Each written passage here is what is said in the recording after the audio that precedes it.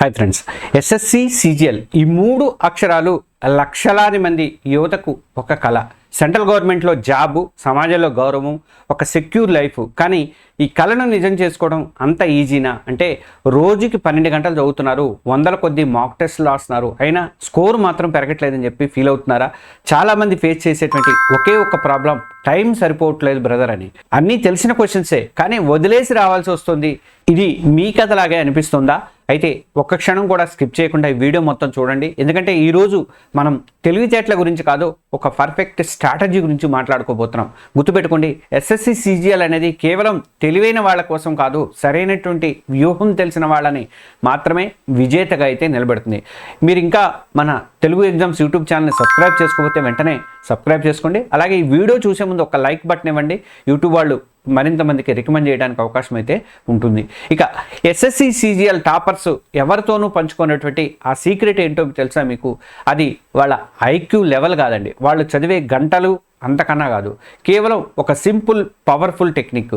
ఈశ్వర్ అనే ఒక సగటు విద్యార్థి అచ్చం మనలాంటి వాడు కేవలం ఈ ఒక్క టెక్నిక్ని ఫాలో అయ్యి తన స్పీడ్ని, ఖచ్చితత్వాన్ని ఎలా పెంచుకున్నాడు, అలాగే అనుకున్న పోస్టు ఎలా కొట్టాడు అన్నది ఈ వీడియోలో చూడబోతున్నారు. ఈ వీడియో పూర్తయ్యేసరికి మీ ప్రిపరేషన్ పట్ల మీ ఆలోచన విధానం అనేదే పూర్తిగా మారిపోతుంది. ఇక ఈశ్వర్ కథ ప్రతి సగటు విద్యార్థి వ్యధ అనుకోండి. ఇప్పుడు మనం ఈశ్వర్ గురించి మాట్లాడుకుందాం. ఈశ్వర్ ఎవరో కాదు, మనలో చాలామందికి అద్దం లాంటి వాడు అనమాట. ఒక సాధారణ మధ్యతరగతి కుటుంబం, గవర్నమెంట్ జాబ్ కొట్టి అమ్మా నాన్నల్ని బాగా చూసుకోవాలని బలమైనటువంటి ఆశయం. దానికోసం తన పూర్తి టైంని సిజిఎల్కి ప్రిపరేషన్కే పెట్టాడు. రోజుకి 10 గంటల పైగా చదివాడు. అథమెటిక్, రీజనింగ్, ఇంగ్లీషు, జీకే ఇట్లా ప్రతి సబ్జెక్టులో కూడా ప్రతి టాపిక్ నుండిగా పిండి చేసి వదిలిపెట్టాడు. కానీ అసలు సమస్య ఎక్కడ మొదలైందంటే మాక్ టెస్ట్లు రాయడం స్టార్ట్ చేశాక. మొదటి మాక్ టెస్ట్లో స్కోరు 85 వచ్చింది. సరే, ఫస్ట్ టైం కదా పర్లేదులే అనుకున్నాడు. రెండో టెస్ట్లో 92 వచ్చింది, 92 వచ్చింది. ఇక మూడో దాంట్లో 88 వచ్చినాయి, నాలుగో దాంట్లో 95 వచ్చినాయి. 4 నెలలు గడిచిపోతున్నాయి, మాక్ టెస్ట్లు రాస్తున్నాడు. కానీ అతని స్కోర్ మాత్రం ఎప్పుడు కూడా 90, 100 మధ్యలోనే ఆగిపోతుంది అనమాట. అతని బాధ అంతా ఒకటే, టైర్ 1 ఎగ్జామ్లో 60 నిమిషాల్లో 100 ప్రశ్నలు చేయాలి అంటే ఒక ప్రశ్నకు మనకు దొరికేది కేవలం 36 సెకండ్స్ మాత్రమే. ఈశ్వర్ ఎగ్జామ్ మొదలు పెట్టగానే రీజనింగ్ సెషన్కి 20 నుంచి 25 నిమిషాలు టైం అయిపోతుంటుంది. కానీ ప్యాంట్లోకి వెళ్ళేసరికి టైం ఇంకా స్పీడ్గా పెరిగేది అనమాట. చివరికి ఇంగ్లీషు, జీకే సెక్షన్లు చూసేసరికి కేవలం 10-15 నిమిషాల్లో మిగిలేవి. ఆ టెన్షన్లో బాగా తెలిసినటువంటి జీకే ప్రశ్నలు కూడా తప్పుగా పెట్టేవాడు. ఇంగ్లీష్ కాంప్రహెన్షన్ కూడా చదివి ఓపిక లేక ఉండేది కాదు అసలుకి.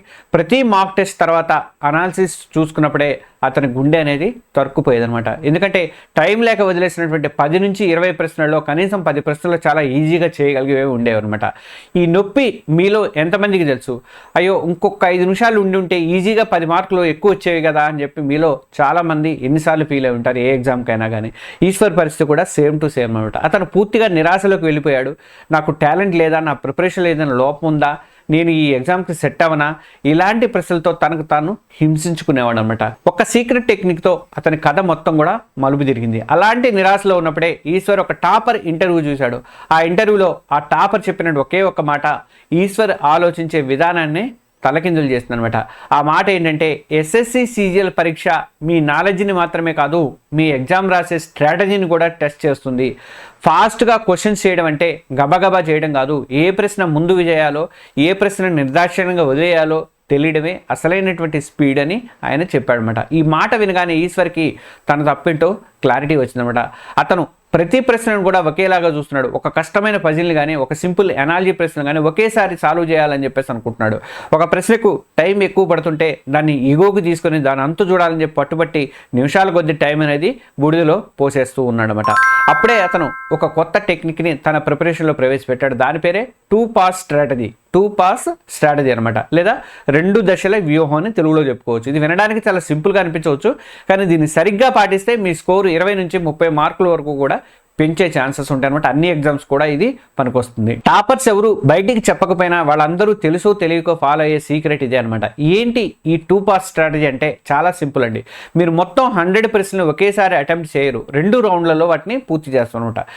పాస్ 1 ఏంటంటే మొదటి రౌండ్ క్విక్ స్కాన్ అనమాట. అంటే ఈ రౌండ్లో మీరు క్వశ్చన్ 1 నుంచి 100 వరకు కూడా వెళ్తూ అట్లా చూడగానే కేవలం 30 నుంచి 40 సెకండ్ల లోపు ఇది నేను ఖచ్చితంగా చేయగలను, ఇది నాకు ఆన్సర్ తెలుసు అని మీకు నమ్మకం ఉన్నటువంటి ప్రశ్నలు మాత్రం మీరు ఆన్సర్ చేసుకుంటూ వెళ్ళిపోతారు అనమాట. కొంచెం డౌట్ ఉన్నా, టైం పడుతుంది అనిపించినా ఒకవేళ వెంటనే దాన్ని మార్క్ ఫర్ రివ్యూ అనే బటన్ నొక్కేసి నెక్స్ట్ క్వశ్చన్కి దూకేయండి.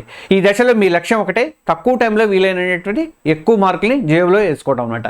ఈ ఫస్ట్ పాస్ని 25 నుంచి 40 నిమిషాల లోపు కంప్లీట్ చేసి పడేయండి. ఇక రెండో పాస్కి రండి. రెండో రౌండ్ ది డీప్ అటాక్ అనమాట. అంటే ఇప్పుడు మీ చేతిలో ఇంకా 20 నుంచి 25 నిమిషాల టైం ఉందన్నమాట. మీరు ఫస్ట్ రౌండ్లో దాదాపుగా 50 నుంచి 60 క్వశ్చన్స్, ఈజీ క్వశ్చన్లు పూర్తి చేసి ఉంటారు. అంటే ఒక సేఫ్ స్కోర్ని మీరు ఆల్రెడీ చేతిలో పెట్టుకున్నారు అనమాట. ఇప్పుడు మీ మీద టెన్షన్ చాలా తక్కువగా ఉంటుంది. ఈ ప్రశాంతమైనటువంటి మైండ్తో మీరు మార్క్ ఫర్ రివ్యూ పెట్టినటువంటి ప్రశ్నల దగ్గరికి తిరిగి వెళ్ళండి. ఇవి మీకు వచ్చు కానీ కొంచెం టైం తీసుకున్నటువంటి ప్రశ్నలు అనమాట. ఇప్పుడు వాటితో మీరు ధైర్యంగా పోరాడటానికి అవకాశం ఉంటుంది. ఈశ్వర్ ఈ టెక్నిక్ని తన మాక్ టెస్ట్లో అమలు చేయడం స్టార్ట్ చేశాడు. వచ్చిన రిజల్ట్ చూసి అతనే షాక్ అయిపోయాడు అనమాట. సీక్రెట్ టెక్నిక్ వెనక అసలైన రహస్యం ఏంటంటే మాక్ టెస్ట్ అనాలిసిస్ అనమాట. అయితే కేవలం 2 పాస్ స్ట్రాటజీని గుడ్డిగా ఫాలో అయితే సరిపోదు, దాన్ని పదును పెట్టేటువంటి మరో ఆయుధం ఉంది. అదే మాక్ టెస్ట్ అనాలిసిస్ అనమాట. మీలో 90% మెంబర్స్ చేసేటువంటి తప్పు ఏంటంటే మాక్ టెస్ట్ రాశాక స్కోరు, ర్యాంకు చూసి దాన్ని పక్కన పడేస్తారు. కానీ అసలైనటువంటి ఆట అక్కడే మొదలవుతుంది. ఈశ్వర్ తన అనాలిసిస్ పద్ధతిని మార్చాడు. కేవలం తప్పు పోయినటువంటి ప్రశ్నలు చూడటమే కాదు, 3 రకాల ప్రశ్నలను విశ్లేషించడం అనేది ఆయన స్టార్ట్ చేశాడు అనమాట. ఒకటి, తప్పు చేసినటువంటి ప్రశ్నలు అంటే ఇన్కరెక్ట్ క్వశ్చన్స్ అనమాట. ఆ తప్పు ఎందుకు జరిగిందో తెలుసుకోవడానికి ఒక ఎర్రర్ నోట్బుక్, నేను అన్ని వీడియోలో చెప్తున్నా ఎర్రర్ నోట్బుక్ పెట్టుకోండి, మై మిస్టేక్స్ నోట్బుక్ పెట్టుకోండి అని. ఈ ఎర్రర్ నోట్బుక్ పెట్టాడు. అందులో తప్పుల్ని 3 రకాలుగా రాసుకున్నాడు. ఒకటి సిల్లీ మిస్టేక్స్, అంటే 2 + 2 = 5 అని రాయడం అని సిల్లీ మిస్టేక్ అది.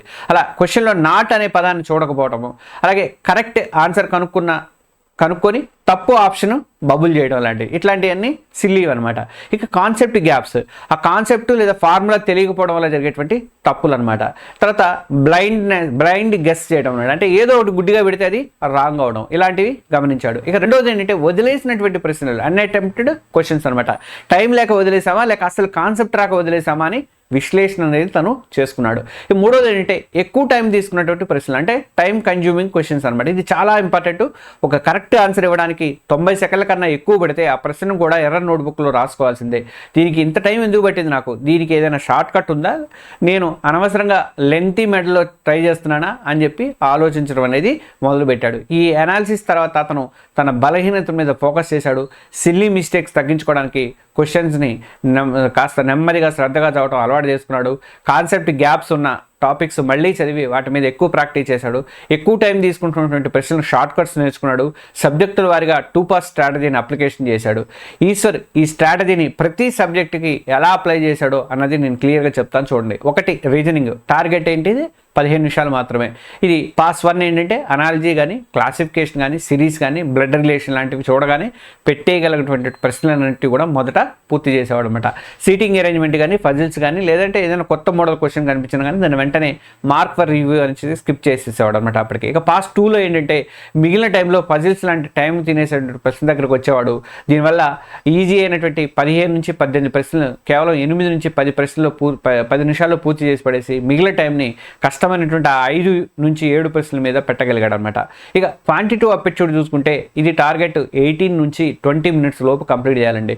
పాస్ 1 కింద చూసుకుంటే నెంబర్ సిస్టమ్ కానీ, పర్సంటేజ్ కానీ, సింపుల్ ఇంట్రెస్ట్ లాంటివి, ఇలాంటి ఈజీ అర్థమెటిక్ ప్రశ్నలు, తర్వాత డైరెక్ట్ ఫార్ములా వేస్తే వచ్చేటువంటి ప్రశ్నలు ముందుగా టార్గెట్ చేసేవాడు. ఏ ఒక్క ప్రశ్న కూడా 60 సెకండ్ల కంటే ఎక్కువ టైం ఇచ్చేవాడు కాదు. ఈగోకు పోయి ఒక ప్రశ్నతో కుస్తీ పట్టడం అనేది పూర్తిగా మానేశాడు అనమాట. ఇక పాస్ 2కి వచ్చేసరికి అడ్వాన్స్డ్ మ్యాథమెటిక్స్లో కష్టమైనటువంటి జామెట్రీ కానీ లేదా ట్రిగ్నామెట్రీ ప్రశ్నలు ఉంటే ఎక్కువ క్యాలిక్యులేషన్ ఉన్నటువంటి వాటిని రెండో రౌండ్లో ప్రశాంతంగా సాల్వ్ చేసేవాడు అనమాట. ఇక ఇంగ్లీష్ టార్గెట్ చూసుకుంటే ఇంగ్లీష్కి 12 నుంచి 14 నిమిషాలు టైం పెట్టుకోవాలండి. పాస్ 1 కింద వొకాబులరీ అంటే సినానిమస్, యాంటోనిమ్స్, తర్వాత వన్ వర్డ్ సబ్స్క్రిప్షన్స్, ఇలాంటి గ్రామర్, ఎర్రర్ స్పాటింగ్ అని అండ్ ఫిల్లర్స్, ఇవన్నీ కూడా ఫస్ట్ రౌండ్లోనే లాగించేసేవాడు. ఎందుకంటే ఇవి వస్తాయి లేకపోతే లేదు, ఎక్కువ ఆలోచించడానికి ఏమీ ఉండదన్నమాట. ఇక రెండో పాస్ 2లో ఏంటంటే రీడింగ్ కాంప్రహెన్షన్, పారా జంబుల్స్, ఇలాంటి టైం తీసుకున్నటువంటి ఐటమ్స్ని సెకండ్ రౌండ్కి వదిలేశాడు అనమాట. ఈ రీడింగ్ కాంప్రహెన్షన్లో కూడా ముందు ప్రశ్నలు చదివి తర్వాత ప్యాసేజ్ అవ్వడం వల్ల చాలా టైం అనేది సేవ్ అయింది. ముందు ప్రశ్నలు చదవడం వల్ల అక్కడ కొన్ని పదాలు దొరుకుతాయండి. మీకు నేను పాత వీడియోలో కూడా చెప్పాను, కొన్ని పదాలు దొరుకుతాయి. ఏదో ఒకటి ఇంటెలెక్చువల్ అనే పదం వస్తుంది అనుకోండి, ఆ పైన ఉన్నటువంటి పారాలో ఎక్కడైంది ఇంటెలెక్చువల్ అనేది చూసుకోవడానికి అవకాశం ఉంటుంది. కాబట్టి ముందు క్వశ్చన్స్ అవ్వాలి ఎప్పుడైనా కాంప్రహెన్షన్లో, తర్వాత ప్యాసేజ్ అవ్వడం వల్ల టైం అనేది సేవ్ అయిందనమాట. ఇక జనరల్ అవేర్నెస్కి వచ్చేసరికి టార్గెట్ ఇది 5 నుంచి 7 నిమిషాలు మాత్రం. ఈ సెక్షన్లో స్ట్రాటజీకి కొంచెం డిఫరెంట్గా ఉంటుంది ఇది. దీంట్లో పాస్ 1 ఏంటంటే 100% ఖచ్చితంగా తెలిసినటువంటి ప్రశ్నలకు మాత్రమే ఆన్సర్ చేశాడు అనమాట. ఇక పాస్ 2కి వచ్చేసరికి 50-50 ఛాన్స్ ఉన్న 1-2 ప్రశ్నల గురించి ఆలోచించి తెలివిగా రిస్క్ తీసుకున్నాడు. అసలు తెలియనటువంటి ప్రశ్నలు అయితే అసలు ముట్టుకోవడం వదిలేయడం ద్వారా నెగిటివ్ మార్కింగ్ నుంచి తప్పించుకోగలిగాడు అనమాట. రిజల్ట్స్ ఎలా వచ్చిందంటే ఈ 2 pass strategy and deep mark analysis అనేది 2 పద్ధతులను రెగ్యులర్గా పాటించి కేవలం ఒకే నెలలో ఈశ్వర్ మార్క్ టెస్ట్ స్కోర్లో అద్భుతమైనటువంటి మార్పు అయితే కనిపించింది. అతని స్కోరు 90 నుంచి మెల్లగా 120కి, ఆ తర్వాత 140కి, చివరకు 155-160 రేంజ్లో ఆగిందనమాట. అక్కడ స్థిరపడింది. అంతకంటే ముఖ్యంగా అతనిలో కాన్ఫిడెన్స్ లెవెల్స్ ఆకాశాన్ని అంటాయి. ఇప్పుడు అతనికి మార్క్ టెస్ట్ అంటే భయం లేదు. ఆ 60 నిమిషాలను ఎలా గెలవాలి, అతనికి ఒక క్లియర్ గేమ్ ప్లాన్ అనేది అతని దగ్గర ఉందన్నమాట. అతను ఇప్పుడు కేవలం హార్డ్ వర్క్ చేయట్లేదు, స్మార్ట్ వర్క్ చేస్తున్నాడనమాట. స్పీడ్ పెరగడమే కాదు, అనవసరమైనటువంటి ప్రశ్నలు వదిలేయడం వల్ల, సిల్లీ మిస్టేక్స్ తగ్గడం వల్ల అతనికి యాక్యురసీ కూడా అద్భుతంగా మెరుగుపడింది అనమాట. ఫైనల్గా నేను చెప్పేది ఏంటంటే ఎస్ఎస్సి సిజిఎల్ ఎగ్జామ్ రోజున కూడా ఇదే వ్యూహాన్ని అమలు చేశాడు. ఎలాంటి టెన్షన్ లేకుండా కూల్గా పరీక్ష రాసి తాను కలలుగా ఉన్నటువంటి సెంట్రల్ ఎక్సైజ్ ఇన్స్పెక్టర్ ఉద్యోగాన్ని మొదటి ప్రయత్నంలోనే సాధించాడు ఈశ్వర్.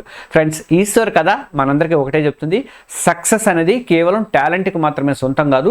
సరైనటువంటి స్ట్రాటజీ ఉండాలి, క్రమశిక్షణతో కూడినటువంటి ప్రాక్టీస్ ఉండాలి, ఇంకా మన తప్పుల నుంచి నేర్చుకునేటువంటి పట్టుదల ఉంటే మాత్రం మీలో ప్రతి ఒక్కరు కూడా టాపర్ అవుతారన్నమాట.